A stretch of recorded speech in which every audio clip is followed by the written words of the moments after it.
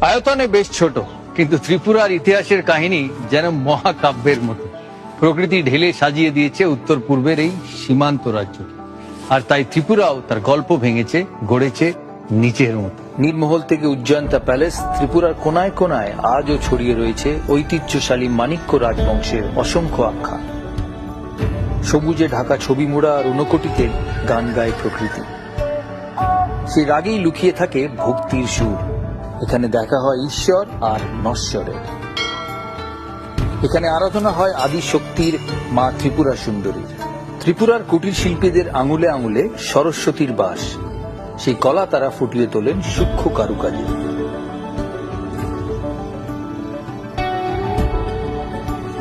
শুধু পর্যটন নয়, শিক্ষা থেকে স্বাস্থ্য সবকিছুতেই ত্রিপুরা পৌঁছে গিয়েছে নতুন উচ্চতায়। তাহলে দেরি কেন?